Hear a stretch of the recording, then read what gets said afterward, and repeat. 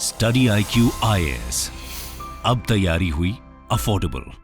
Hello aspirants, my name is Karam Yogi Diwakar Bothra and I warmly welcome you all.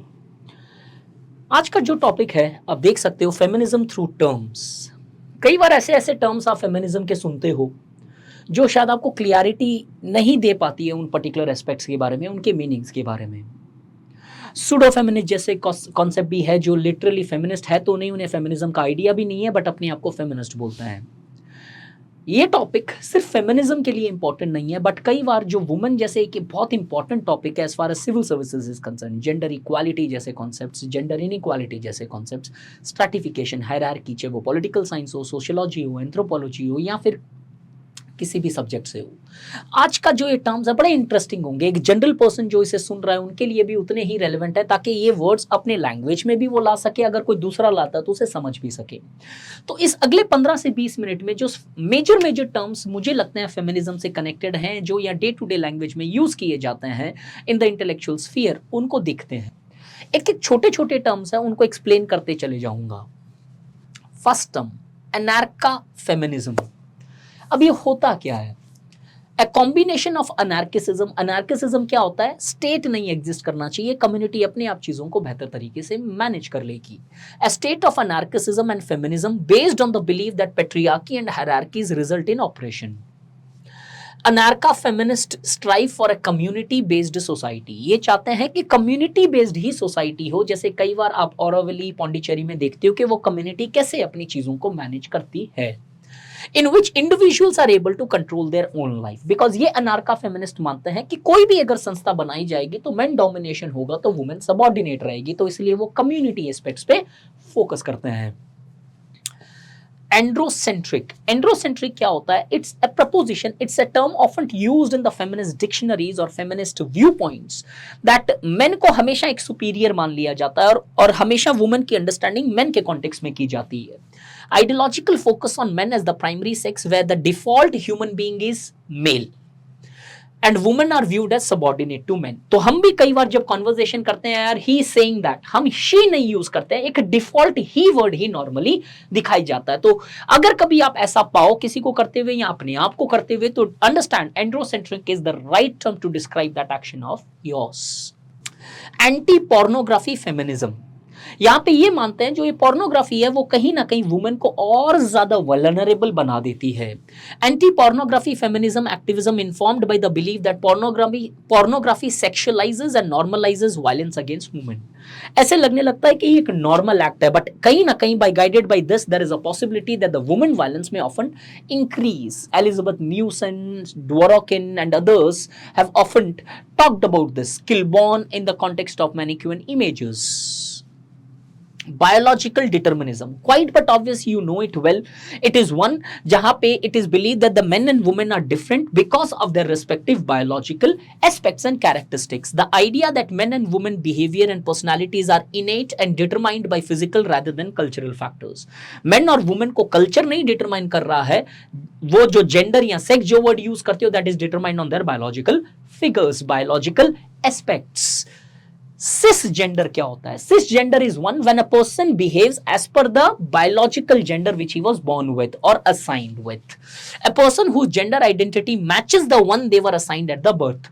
तो एक लड़का लड़के के जैसे एक्ट कर रहा है या लड़की लड़की के जैसे कर रही है तो it's a like concept of cisgender, a term which you should definitely know it if it comes in questions or if it is somewhere used you should have the right understanding of it। हमारा sociology का जो batch है सितंबर का, the admissions are now open. इसी तरीके से हर एक कॉन्सेप्ट को हम डिस्कस करते हैं। कुछ कॉन्सेप्ट्स ऐसे हैं जो आपके डायरेक्ट सिलेबस से नहीं है बट आपको जानने से शायद आपके सिलेबस की अंडरस्टैंडिंग ज्यादा बेहतर हो सकती है।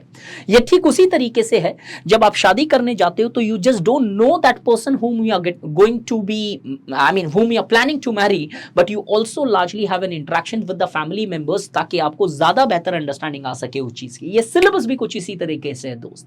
सिलेबस से बाहर की चीजें जब थोड़ी सी समझने लगो तो सिलेबस की अंडरस्टैंडिंग ज्यादा बेहतर होने लगती है। कमिंग फर्दर, कोवर्च्योर कैसे बोलते हैं? अब ये pronunciation sometime could be very different because these terms can be pronounced in a way different. जैसे क्राइस्ट बोलते हैं लेकिन क्रिसमस के अंदर क्राइस्ट आता है लेकिन फिर भी हम क्या बोलते हैं? क्रिसमस बोलते हैं।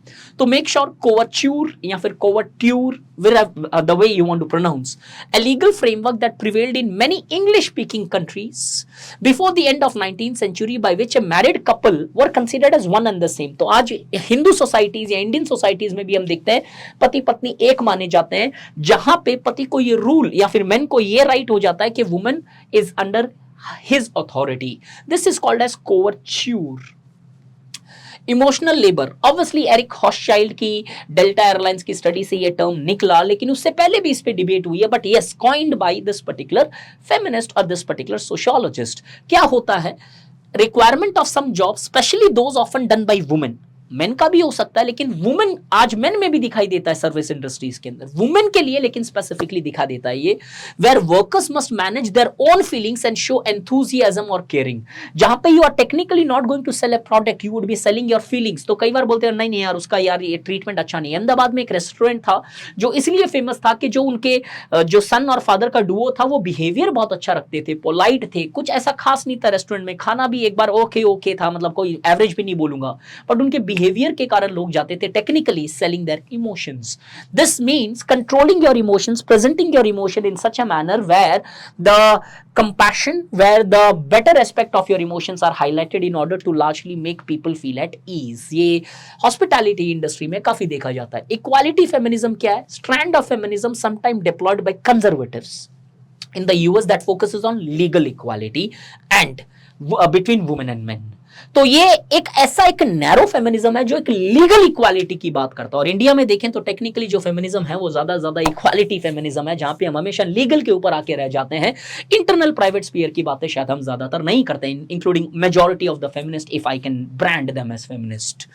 एसेंशियलिज्म क्या है? The believe that there are profound difference between men and women. वो कभी खत्म नहीं हो सकते. एसेंशियल डिफरेंस है that are essential to their identity and that can not be change. तो एसेंशियलिज्म किसी के अंदर भी लगाओ तो कुछ एक एसेंशियल कैरेक्टरिस्टिक्स माने जा सकते हैं. इंडियन सोसाइटी की कुछ एसेंशियल कैरेक्टरिस्टिक्स, कास्ट का एक essential characteristics can logically be taken as essentialism, but in this the gender biological difference would be considered as essential characteristics of men and women. Fat positivity, ये कई बार हम आजकल सुनते हैं कि having that right figure not only apply to women but also to men in the contemporary time, as the women is equally taking care of their body, as earlier it was believed that it was the woman who should focus more on her beauty and body. अब ये fat positivity क्या है? यहाँ पे ये मानते हैं कि फैट दिखना कोई खराब बात नहीं है, फैट होके भी आप खुश हो सकते हो, because there is no relationship between happiness and your obeseness और on your body weight. An acceptance of people of all sizes, recognizing that it is not necessary to be thin in order to be healthy or happy, a movement to combat anti-fat biasness.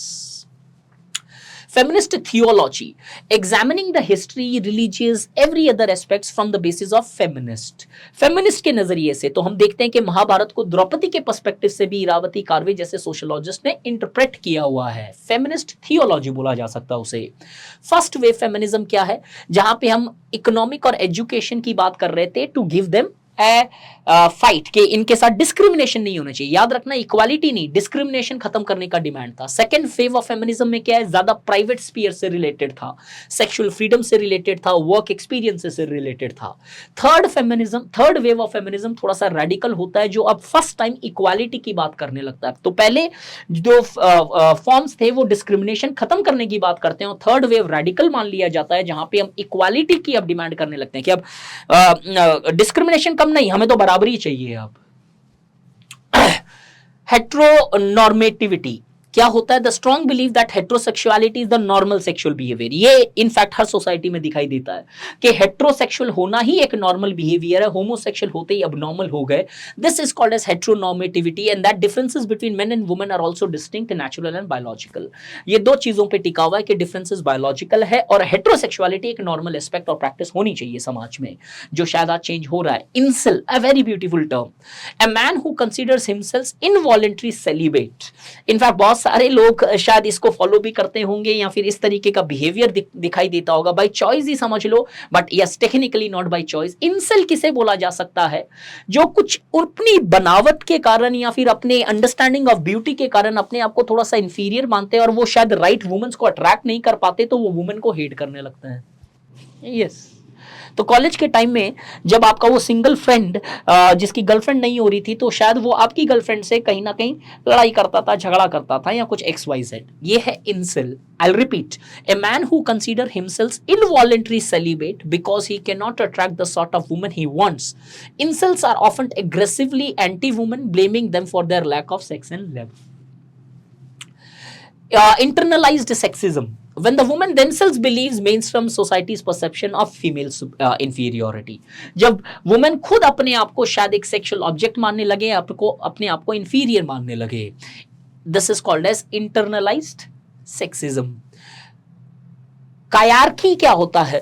An idea जो normally माना जाता है patriarchy subordinate करती है women को। कायरकी का मतलब ये होता है कि मल्टीपल हायरार्कीज है जो सबऑर्डिनेट करती है, जिसका एक example, working class lesbian woman has simultaneously more और less power than a black upper class heterosexual men. मतलब व्हाइट वर्किंग क्लास वुमेन को ज्यादा पावर होगा compare to a black lower class men. This is indicates कि एक multiple hierarchies है society के अंदर, एक ही हायरार्कीज नहीं होने वाली है। LGBTQ++ एंड अदर्स, बहुत सारे टर्म्स है। क्या है ये? Initials that stand for lesbian, gay, bisexual, transgender and post 90s का डेवलपमेंट है, जहां पे क्वेयर आता है। Q, the term encompasses different groups within sexual and gender culture. Plus क्या है? Q तक तो हमें समझ में आ गया। A plus sign indicates that inclusion of those people who are uncertain about their sexuality and intersex and asexual people. जो लोग अपनी सेक्सुअलिटी के बारे में असर्टन है, बाइसेक्सुअल हो सकते हैं या फिर एसेक्सुअल हो सकते हैं। मेल चौवनिज्म क्या होता है? I think a very simple term, patronising and degrading attitude by males towards females coming from believe that men are superior. मतलब एंटी वुमेन टाइप का सब बायस मान लो, जिसे आगे जाके एक मिसोगिनी का कॉन्सेप्ट भी है। Male gaze, the way in which the visual arts portrays women as passive objects to be viewed by heterosexual men. This is called as कि कहीं ना कहीं इसे वल्गराइजेशन ऑफ वुमेन, मर्केंटलाइजेशन या commercialisation of women and women's bodies. Matriarchy क्या है? System जहां पे वुमेन के पास में कंट्रोल होता है। अ फैमिली, ग्रुप और a state that is governed by women और women.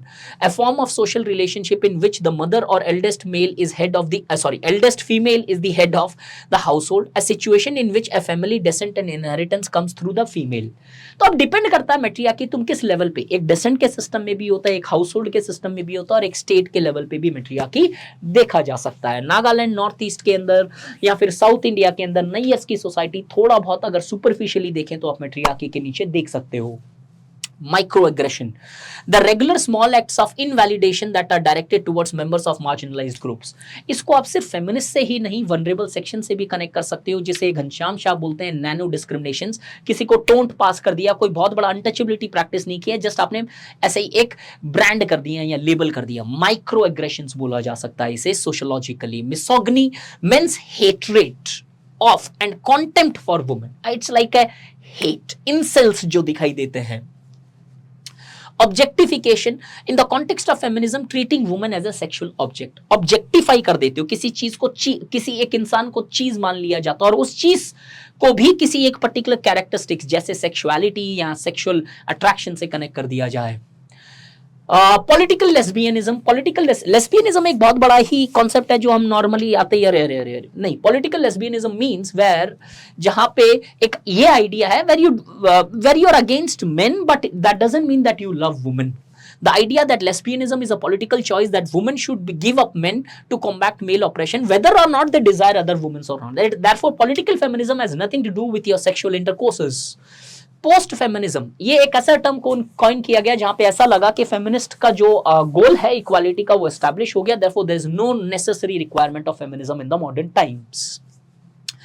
Rape culture, an environment in which sexual assault and abuse is normalised. एक ऐसा रेप कल्चर बन जाता है जहां पे नॉर्मल है कि चलो ठीक है ये तो लड़के हैं करेंगे। That term can be called in a conceptual manner as a rape culture. Revolutionary feminism obviously talks about completely anti-men and it wants to replace the domination of men by women. Slut shaming, ये काफी recent time में भी कई बार papers में भी देखने को मिला, न्यूज पेपर्स में। Criticism leveled against women whose sexual behavior or revealing clothing is violating the code of your respective culture. तो we do this and we target particular women जो शायद हमारी कल्चरल आस्था या अंडरस्टैंडिंग के अकॉर्डिंगली शायद dress नहीं कर रही है या प्रेजेंट नहीं कर रही है या फिर थोड़ा सा एक्सप्रोजर या फिर थोड़ा सा ज्यादा ही एक्सप्लिसिटली अपनी बॉडी को एक्सपोज करते हैं. That is something which is called as goddamn slut shaming. Women, the last concept today. ये एक वर्ड कॉइन किया गया, कोई कॉन्सेप्ट नहीं है, क्योंकि वुमेन में मेन आता है तो वुमेन की स्पेलिंग ऐसे लिख दी गई ताकि वो मेन नहीं है वुमेन में. Alternative spelling of the word women which were used by second wave feminist to avoid the suffix men within women. Therefore, I hope you enjoyed this small session of the various terminologies which are often used as far as the feminism is concerned. Yes, the batch September is starting.